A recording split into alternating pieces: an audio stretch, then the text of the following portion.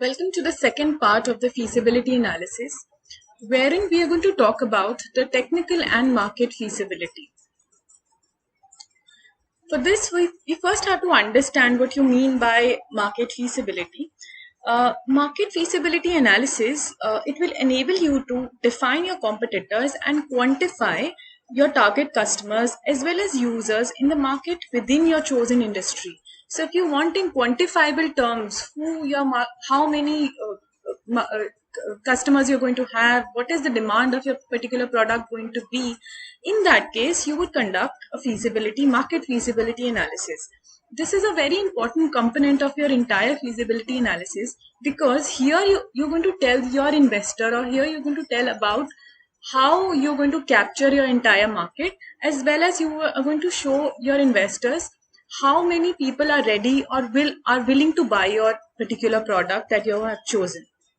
You are also going to analyze your industry by its industry attractiveness, whereas various other measures, uh, including the potential demand, including the profits of that particular chosen industry. So it is a very comprehensive analysis which is done primarily in 4 steps, and each of these 4 steps we are going to see separately. Let's come to the very first step, wherein we are going to talk about what the industry attractiveness is and how we gauge that industry attractiveness.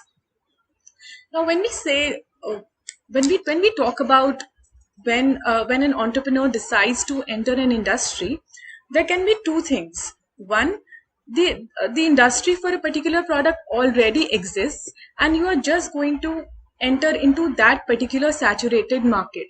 So there are some questions that you have to ask, or there are some considerations that you have to see. And if you see the table that I've shown here you're going to here I've mentioned some of the questions that you have to ask yourself, or maybe you have to ask your team regarding the particular product that you're proposing. For instance, if the nature of product or service or nature of products is not something that is new, and there is already something that's existing in a similar line, what you're just doing is that you're putting an improvement to the already existing product. In that case, there are certain questions that you have to ask yourself. The very first being that, is the window of opportunity open or closed? Then you can also ask that, is it now a good time for a new market entrant to enter into this industry?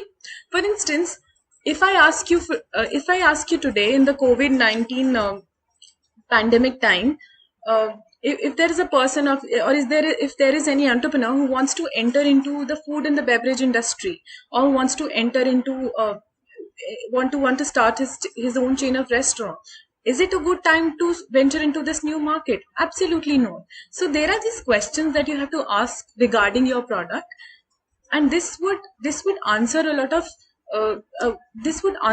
of queries which typically pertain to how you're going to enter your particular market, or whether it is a good time to enter or not. The second thing is that, let's say you've come up with something that's very breakthrough, that's something that's very pioneering, and there is a whole together new market that you're going to establish, or new market segment that you're going to establish with this kind of a product. Then the question there that you would ask is, of course you would ask that, is the window of opportunity open or closed? Of course it is open, and only then you're going to proceed with this new market segment. But the question that you have to ask there is that, should we try and capture a first mover advantage? Like, it is on the similar lines of when Ola had come up with the radio, with the taxi ride sharing app service. There was none. There existed a taxi industry. There existed a radio taxi industry already, but it was a very very big improvement, and it was a very very big and a convenient improvement over the other existing taxi partners. And then they got the first mover advantage there, like they're the first ones who are going to enter in this kind of an industry. So these are some of the major considerations that you have to make. Now, it's not as easy, you cannot just say yes or no, and you can just not uh, make decisions based upon your intuition and intuitive thoughts. How you would make these decisions is on the basis of some data and some analysis that you do. Now, for that you have to really go on evaluating the industry's growth potential. If there is a new venture, you would also want to know about how the industry is working, or is there any demand for this kind of a product, and you would really want to know more about the industry.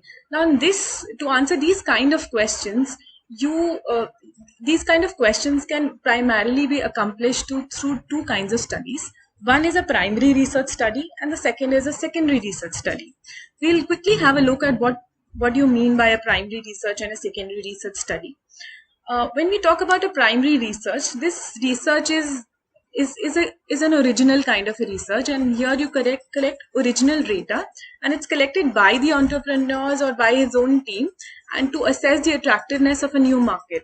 This typically involves an entrepreneur talking to potential customers, taking key insights, taking key inputs from these participants regarding what kind of products they want. So they would do a question. They would make a questionnaire and do a survey to gather data through a primary research.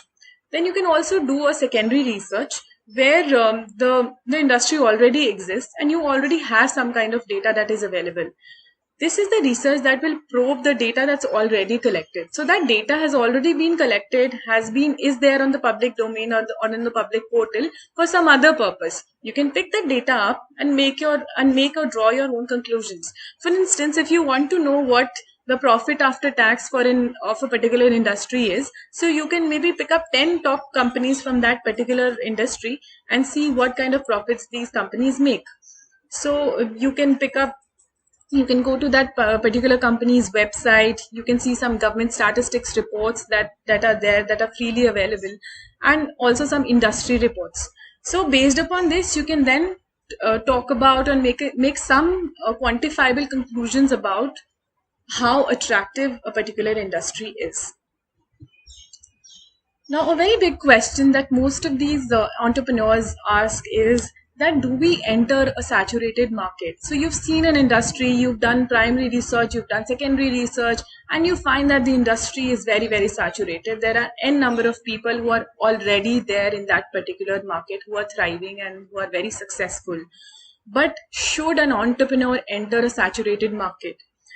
See, the answer for this is definitely yes. But then you have to really keep some things in mind, and only then you will be able to be successful in a saturated market. You have to understand one thing, that when we enter a saturated market, there already exists a number of competitor players who are giving a particular kind of product to its customers. You have to bring about a change. You have to differentiate your product amongst the prevalent products that are already available. There are people who are always looking for change. There are people who are always looking for differentiation, and that differentiation, if your product is creating, you can definitely go ahead and make a difference in a saturated market. For instance, when Country Delight, the milk supplier, came up with their product, we had a number of players in the market already. We had Mother Dairy, we had Amul, we had Reliance already with their milk and their dairy products in the market. However, when Country Delight came up, they came up with a very differentiated product, and they brought about a change, and they put it in the minds of the customer that we are going to give you pure and unadulterated products. It wasn't that the earlier companies were giving them something that was adulterated, but they put it very smartly in the minds of the consumer through their whole branding strategy, that they are going to bring about that their product is differentiated from their other products that are already existing. Then the second way of entering into a saturated market is through price differentiation.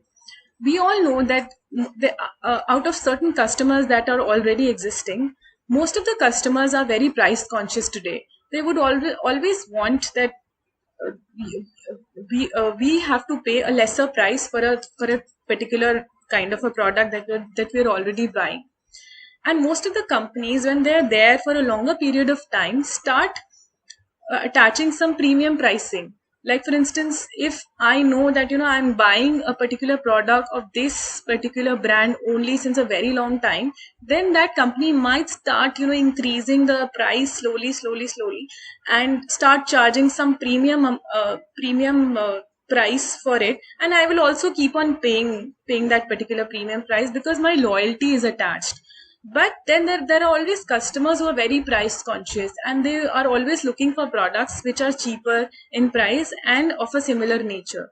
So these companies can always, or new entrepreneurs can always target these price conscious customers and give them products which are at a lesser price than the existing product.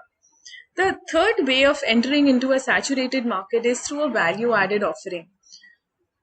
Let's say there's a company that comes up with a very similar kind of product, but it also gives the customer additionally something else that the earlier company was not giving. In that case, there's a value addition that the customer gets through buying that similar product at the same price. So why wouldn't the customer go for that new value added product? Definitely the customer will go for it. For instance, when Ola came up in 2016 as a ride sharing app, they also came up with Ola Play and Ola Credit, where you could just pay out through your debit or credit card, and you could just create an account with Ola Credit and then pay directly through it.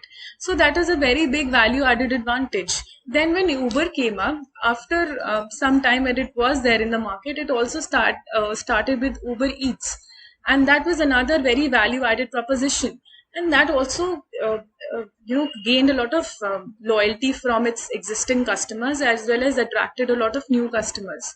So these are some of the value added offerings which, when entrepreneurs come up with, they can of course enter a saturated market but also create brand loyalty. The second part, after in the technical and feasibility analysis, after industry attractiveness, is the identification of a niche market. What typically you understand by a niche market is that within a very larger segment, you have a very small, narrow group of customers who you think are going to be your most loyal, or your typical, as you call, as your target customers in the larger market segment. For a saturated market, the entrepreneur may identify a negative stereotype that exists in the industry and place a product as an alternative to that existing product. For example, as I said, as I gave the example of Country Delight, or the dairy products, the company that came up with the dairy products. There was one very big concern in the minds of people that the milk that I'm drinking, is it pure? Is it safe? There was one typical negative mindset that was building up in people, and this is when this company entered. The same happened with Subway. So when it entered into the fast food market, that fast food market was entirely saturated, but it played with one very negative stereotype that existed, was that the fast food is not healthy. And when Subway came up, they came up with their more healthier options with respect to the pizzas and burgers that already existed, and that's why it was highly successful.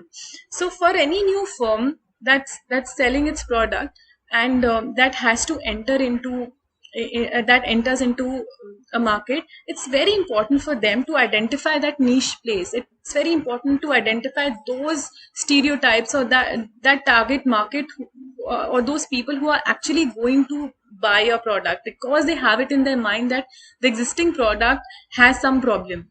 Okay, so for a new firm, it is very important that you sell in your niche market first and then you move ahead, because there you're going to just cater to a smaller market. You don't really have to compete head on with any bigger market player.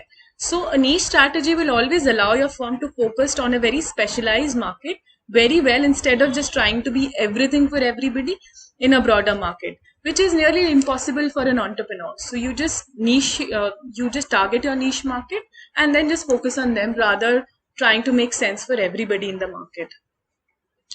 The third part of a market feasibility analysis is where you gauge your customer demand. And that's a very important aspect. You have to see how much demand for your product is going to be in the market. let's say you have a very interesting product and you have come up with that something that's very breakthrough, but somewhere you find that there is no demand for that particular kind of product. What is there's not going to be any use for that kind of a product, and and essentially you may not be able to move ahead with that kind of a idea. So you have to really gauge how many customers will be willing to buy your product. For an existing product, you already have a customer demand that's there. So you know what is the level of production that's already there. There are some imports also. There might be some imports that might be happening for that particular product, and you can then subtract your exports and the changes in stock level. So you're going to get some kind of an effective demand. And for a saturated market, your effective demand and your apparent consumption are equal. So people are producing, competitors are producing, other production houses producing a particular product, and there is an equal number of consumption, so they are nearly equal. So where is your space there? So but then you have to understand here that in a saturated market, or in a market where a product already exists, you would know what the consumption is and what the demand is. That you can get easily from some quantifiable data and even data from that's there in the public domain. Now, but for most of the new entrants, what if the data is not available? If you're trying to enter into a very new kind of a market, or you're going to give up a very new product in that existing market. So you know the demand, but you want to check what the potential of this particular product is going to be. In that case, when you have to see what the what the demand of this particular product is going to be, in that case what you do is that you would do a market survey, and that is how you're going to measure the demand for your new or your new differentiated product. Now that market survey is going to focus on some of the aspect, which is the demand in the different segments of the market. So you're going to make a questionnaire where the entrepreneur will enlist the segmentation. So maybe he would ask in the questionnaire, what is your age? So you would know who are the people who are more willing to buy your product. Or you would also ask what is your income group, or you would also ask the gender. So that it's very clear. Once you get all the questionnaires filled up, it's very clear, and you can easily segregate on the basis of whether the product is more popular among the younger lot, or the or which age group is it more popular in. You can also ask more qualitative questions such as motives for buying, purchasing plans, intentions, satisfaction with the existing product. Are they satisfied with the existing product? Then what are their unsatisfied needs? Also their attitudes towards various other products. You can also ask about the socio-economic characteristics of the buyers. So you would make a very comprehensive questionnaire, and you then would administer it to the target market that you've identified, and then what ask about questions which are typically in this which typically fall in these areas. Now, what all information is to be gauged from a market survey would fall around into two categories. The first is a demographic and sociological information. Demographic information would talk about age, gender, income, residence, religion, custom beliefs, and sociological background. So that really forms the first part of your questionnaire. And the second part of the questionnaire will deal with the information of preferences, intentions, or what is their attitude towards buying, their habits, existing habits, or you may elicit information regarding the existing products as well. Once you have collected your entire questionnaire responses, now you would analyze them. The first thing that you would do is that you would segment them, demographic segmentation, and you would segment them on the basis of, as I mentioned, their age, their income, their gender, and then you would make your business plan. So for instance, if your business plan is for a small shop or restaurant, then you would try and take a more local approach and try to assess the market around your shop. And then you would ask people, then your target market would be the people around your shop, and only then you would ask them questions such as that I've mentioned in the questionnaire. So depending upon your market, you would then want to slice it into different segments. And this is especially relevant if you or your competitors are only focusing on certain segments of the market. Like maybe you want to come up with a product that's specifically for the younger people or for the teenagers, or maybe for the older people. And then this demographic segmentation would really help you, so that you can then make or carve your niche market out of the data. So that the target market and niche market segmentation is done. The third kind of a demand analysis that you would do is that once you've collected all the data and you've identified who your potential customers are, what is your target market, what is the attitude and the belief of the people. The third aspect that you would study is the barriers to entry. Now, this section is most important and is all about answering two questions which your investors are going to ask you. One is, what prevents someone from opening a shop in front of yours? It's as simple as that. Why wouldn't any other competitor come and compete with you and take 50% of your business? And the second question is, that how would people how is this industry differentiated in terms of the competition? What are the existing barriers that are already there? So you have to really ask these questions. These questions are going to be asked by your investors, and there are some examples that I will give you, which would separate your industry, and which would separate a particular kind of a firm, and say that yes, there are some barriers to entry in this kind of an industry. So let's see what these barriers are. The first barrier is an investment barrier. Now, there are certain projects or certain investment that requires huge or substantial investment. So, for instance, if you want to start a big hydro project, dam, and you want to produce electricity, it's not feasible for any new entrepreneur to really come up and start with very minimal amount of investment and say that, okay, I'm going to start a new electricity generation hydropower dam, because that requires a huge investment. So that's a kind of industry where you require substantial investment, and that's a very big barrier and protects your business against others. Then second is the technological aspect. Now, there are again certain industry where the technology used that is so sophisticated that it's not feasible for any new entrepreneur or anybody just to enter into a industry like that. For instance, processing of raw uranium, it's not something that everybody can do. So there are always technological barriers which require expertise on the behalf of which require a huge amount of expertise from people, and that is one very big barrier in most of the industries. The third is a brand. So in certain industries there are huge names and huge brands that have already been created, and to compete with those brands require huge amount of marketing costs and huge amount of investment in advertising and marketing, and that is another very big barrier. For instance, if we talk about the FMCG sector, that's a very big you have bigger names there, and there to get a certain level of recognition is very difficult, because there are already existing brands, so you would really have to spend too much on the advertising cost. Then comes the regulation. Certain industries are highly regulated. They require too much of compliances, ecological compliances, licenses that have to be obtained, and then again it becomes very difficult for new entrepreneurs to enter. Then, of course, you have access to resources. Sometimes there are firms which have access to certain special resources and they have exclusivity with the suppliers, so that these resources may not be gauged by any other person. So there is certain level of exclusivity. Then finally we come to the access to distribution channel. Again, there is exclusivity with suppliers and there is exclusivity with distributors also. So there are certain marketing channels that are so exclusively available only to certain firms, so that other companies may not enter in this kind of this kind of a company industry. Then the last part is where you have to forecast your future demand. Now, it's not as simple. You just will not want to know about what the current demand is, but to remain viable for a longer run, you also want to see and you want to estimate what the future demand is.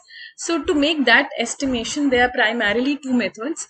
The second method, as I said, is a very more entails a lot of data and too much of numerical method. It includes too much of numerical methods. So we'll not talk about that method in detail. But yes, I'll give you a very basic understanding of what these methods talk about.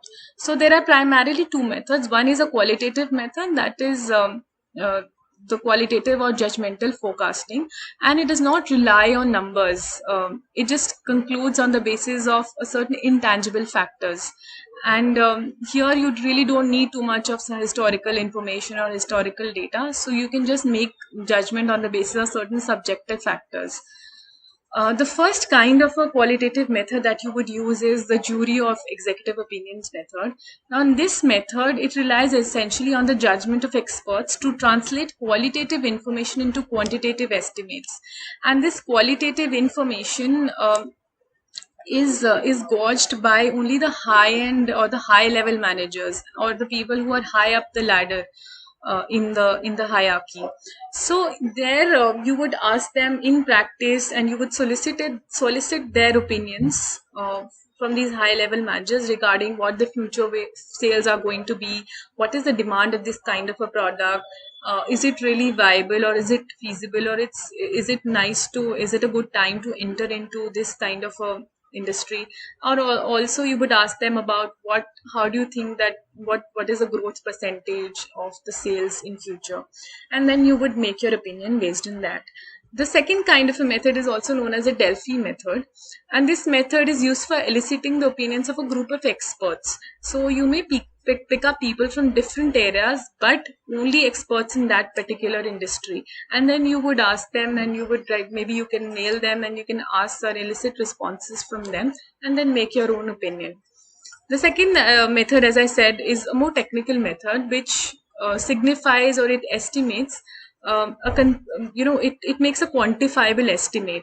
And here it primarily relies on numbers to conclude and to make forecasts or draw inferences. Here the numbers are multiplied, they're added or correlated, and then they are placed into to predict the company's sales. So you can start by building up to aggregate totals of market demand, or start up with these totals and work the numbers down into more focused forecasts for individual products. So here quantitative techniques are calculated from important numbers such as sales volume, GNP, disposable incomes, total number of buyers in the market, and then you would use time series analysis, trend analysis, and causal methods to make your forecast. So in the last part of the study, I will take up the feasibility chart that I've just discussed till now, and then we'll move ahead to the organizational and financial feasibility.